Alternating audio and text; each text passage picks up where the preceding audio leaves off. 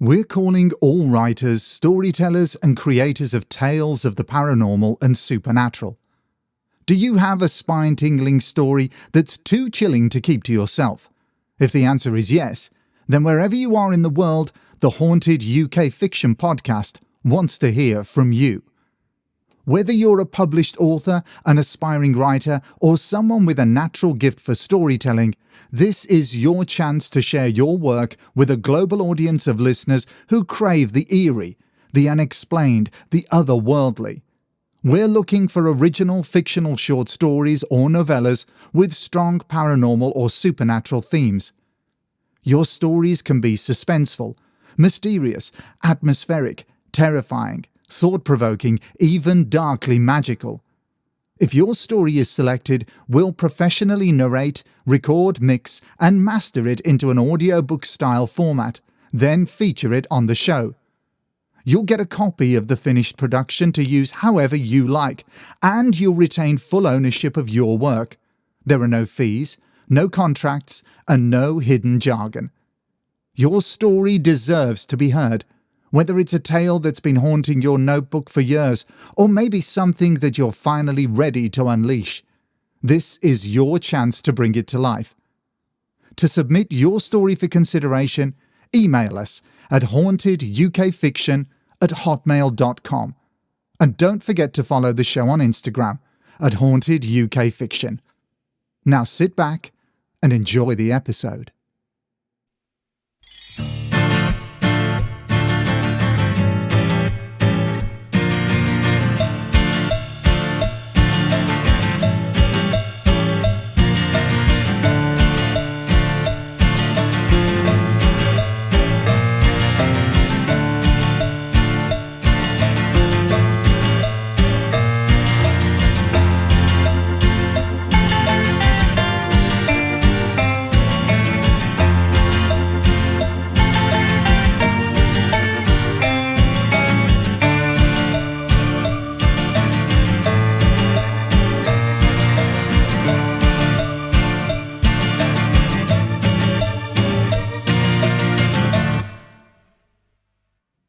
Hello and welcome, dear listeners, to Haunted UK Fiction, a sister podcast to The Haunted UK, which features original flash fiction, short stories and novellas with paranormal themes.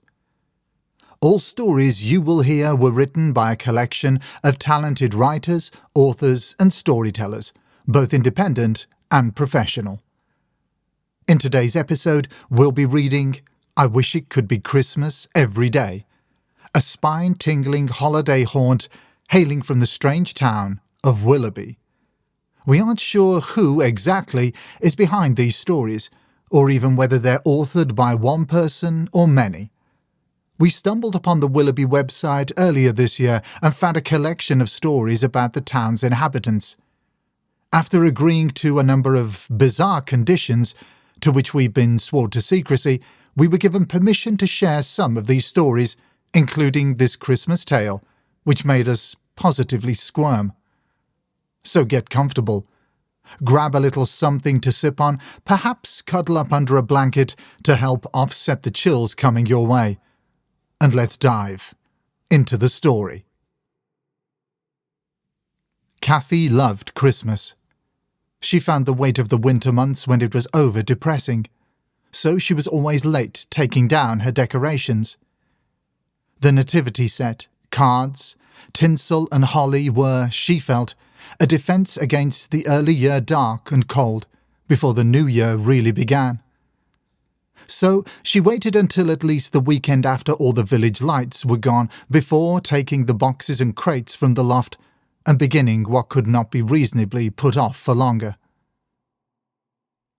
She tried to make it nicer by playing Christmas songs, drinking mulled wine and thinking ahead to how good it would feel when she took all the stuff out again. But there was never a way to escape the melancholy within the certainty that she was the last one at the party.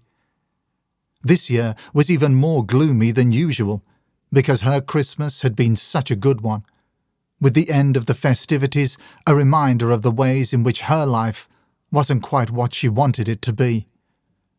Her world's scattered family had been reunited for the first time in years. They'd been silly childhood games, good-natured bickering over how long to roast the turkey, and she'd even managed to squeeze in a trip to the Green Man with her 2 brothers and their wives, while her parents babysat her nephews and nieces.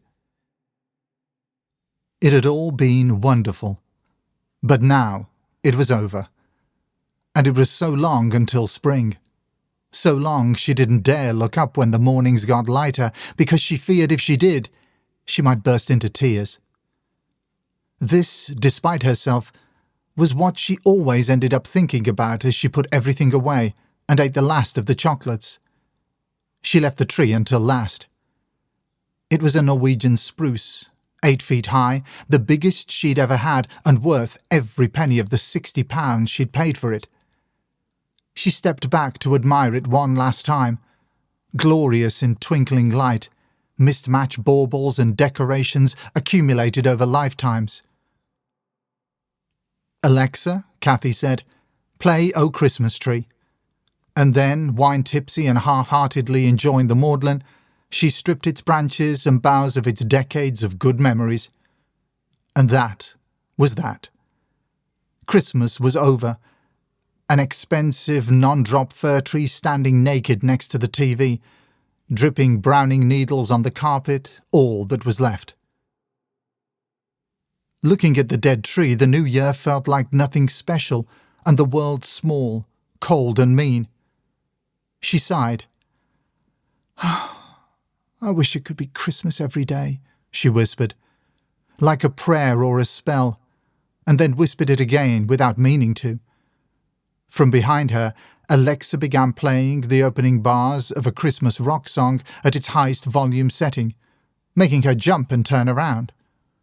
"Alexa, off!" she shouted.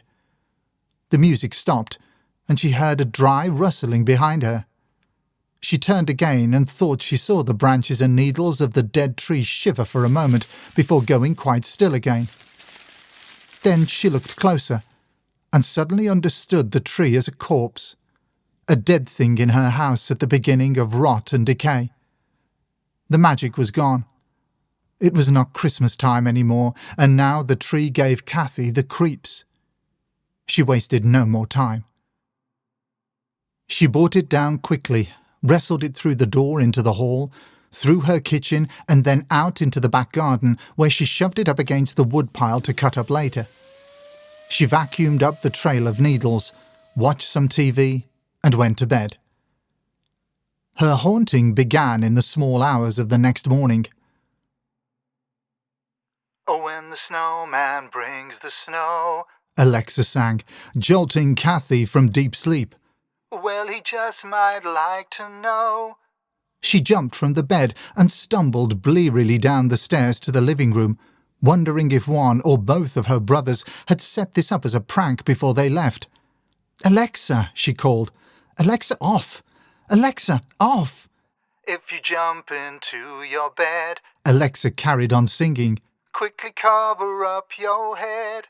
"Alexa!" "Don't you lock the doors, you know that sweet Santa Claus is on the way." "Alexa, off!" Kathy shouted again, stumbling down the last few stairs.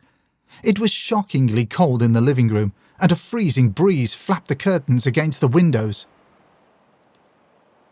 Must have left a window open, Kathy thought blearily, reaching for the switch.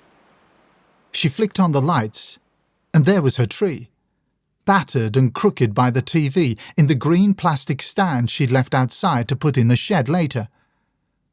As she'd thought she'd imagined the evening before, she thought she saw it quiver and rustle, then freeze as she looked at it, as if it had been moving in the dark and had been surprised by the light. "Oh, I wish it could be Christmas every day," sang Alexa. Kathy went to the socket and pulled out the plug. Alexa fell silent mid-lyric, and shivering, Kathy looked around. There was a trail of brown needles and dark sticky mud leading from the tree to the hall. She followed it into the kitchen and to the wide open and swinging door that led out to her garden. Not her brothers, but someone else, thought Kathy, playing a bad taste joke. Someone who knew about how late she left her decorations up. Most likely teenagers who'd heard their parents gossiping about it. Tomorrow, she might put something on the Willerby Village WhatsApp group, but before that, she wanted the dead tree out of her house. Not just wanted, needed. She shrugged a coat over her pyjamas and her feet into wellies, then once again wrestled the cold weight of the dead tree out the kitchen door, wincing at its pricks and its wet, slimy feel against her cheeks. She dumped it down on the lawn and went back inside, and before she went back to bed, she locked and bolted both the back and front doors. The idea of someone in her house while she was asleep creeped her out, but this was Willerby, and the reason she lay awake until dawn was the more disturbing possibility nobody had been there at all, that the tree had moved on its own. Kathy looked out of her kitchen window. The tree was still on the lawn, but she thought she'd dropped it further away than where it was, just a few feet from the doorstep. But both doors were still locked and bolted, and that was reassuring. She made breakfast and went to work, where she allowed the banality of meetings and calls to lull away the weird, and by the time she returned, she'd almost convinced herself she'd imagined or dreamt the whole thing. Nonetheless, after dinner and a bath, she double-checked both her outside doors were locked and Alexa was unplugged. "Oh, when the snowman brings the snow," sang something from downstairs in the small hours again. "Well, he just might like to know." This time, Kathy did not leap out of bed. Instead, dreading what she'd find, she walked slowly down the stairs and carefully to the hall, where she turned on the light to reveal another trail of brown needles and mud that went from the kitchen into the lounge. In the glare, the needles looked like worms, and imagining how they might twist and wriggle turned her stomach. She stepped carefully over them and opened the living room door to the tree back again in its place by the TV, which had turned itself on and was playing the song through YouTube. The air was filled with the cloying, oversweet scent of rotting pine, and somehow she knew without having to look that the dead tree was filled with small living things that crept, crawled, wriggled and slimed. Before she had time to think, she pulled on her coat and wellies and dragged the awful thing through the hall and out of the wide-open kitchen door. This time, steeling herself against the horrible wet slipperiness in her hands, she pulled it all the way to the woodpile and dumped it there by her axe and saw. Then, wiping her hands on her pyjamas, she went back in, locked and bolted the door, scrubbed herself raw in a piping hot shower, and then again lay restlessly in bed until it was time for coffee and work. But before leaving the house, there was the tree to deal with. She went at it furiously, stripping its limbs roughly from its spinal trunk with the sharp-toothed steel edges of her axe and saw. It was tough going, and by the time she dismembered it, she was sweating in her dressing gown in the freezing cold morning, which meant another shower before dressing, making her late for work. She spent the day tetchy and grumpy and snapped so unpleasantly at her intern she thought she might have made him cry. The mistake he'd made had been inconsequential. He didn't deserve it, and she felt guilty until about mid-afternoon when her mind turned again to her tree. At 3 she went home, using a headache she didn't have as an excuse. She grew progressively more anxious on the half-an-hour drive home and was breathing hard and sweating again as she pulled her car up to the curb opposite her house. She dumped her bag on the couch and went straight out to the garden. The bones and flesh of the broken tree was still where she'd left them that morning, and in the light of day, surrounded by the dull greenery of winter, they looked just like what they were. The broken-up pieces of an evergreen filled with sap that burned well. Perfect natural firelighters and nothing more. Kathy gave out a relieved sigh, slumped herself in her armchair and numbed her mind with mindless reality TV, a Deliveroo curry and the best part of a bottle of wine. Then she checked Alexa was still unplugged, ripped the TV's plug from its socket, and went to bed, hoping and praying that was the end of it all. But it wasn't. Oh, when the snowman brings the snow, Went her phone, lighting up in its charging cradle. well, he just might like to know. Breathing fast, her heart thumping in her chest, Kathy rolled over and reached for it. Her shaking and clumsy hands knocked it from the bedside table to somewhere beneath her bed. If you jump into your bed, quickly cover up your head. In the dark and on her knees, Kathy scrambled but couldn't find it. Don't you lock the doors, you know the sweet Santa Claus is on the way. She reached further, her fingers closing around it just as it reached the chorus. And I wish it could be Christmas every day. She pulled it out and held down the power button to turn it off. With a sick feeling in her stomach, went downstairs where, in the living room by the TV, the stripped trunk of the tree was back. Fanned around it were drifts of branches, more of them trailing into the hall, then to the kitchen and through the unlocked door to the garden, seeming to wave at her from the floor like fingers beckoning her to open graves. Hardly thinking, in a frenzy she flung open the door of her wood burner and began stuffing in armfuls of the tree.